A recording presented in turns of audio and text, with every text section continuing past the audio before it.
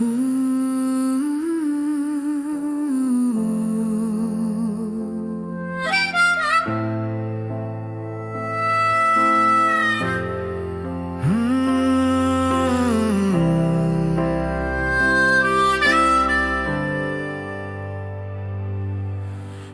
faith can be found anywhere. We stood in the foyer of that southern church, seeking an entry into a God's house that supposedly welcomed all, even me with my shoulder-length hair and my friend in a shade of skin.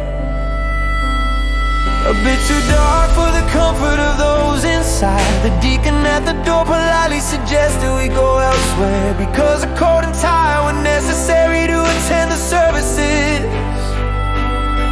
He did not realize how many of the men in the congregation glaring back at us had on baseball caps and wife beaters. We never knew that our Father above had a dress code to fellowship in His grace.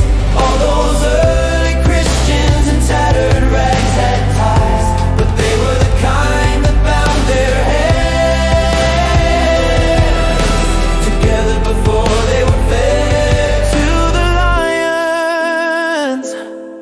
And in the early churches, the only coats worshippers saw were coats of armor that the Roman soldiers wore when they came to arrest everyone for their choice of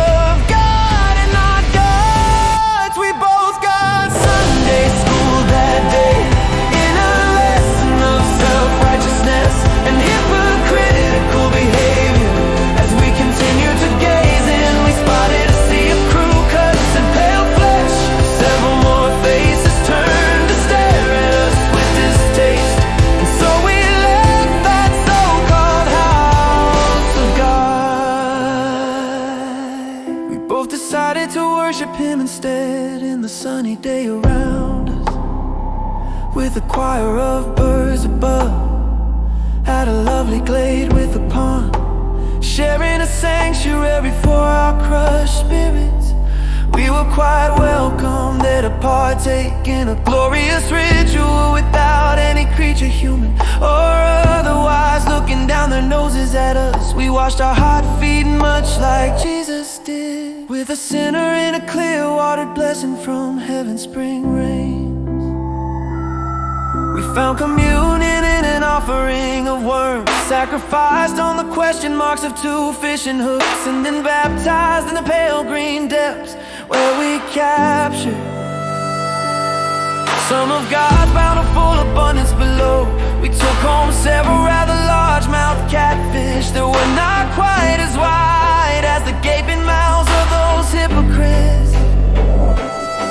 We soundly shocked at the local church. We paid lip service to God's greatness, praising the delicious wonder of His breaded and deep-fried gifts from above with much appetite uncensored. We found our faith restored completely, far away from all those who claim a restricted and not so godly faith built on all men not being created equally enough for certain believers.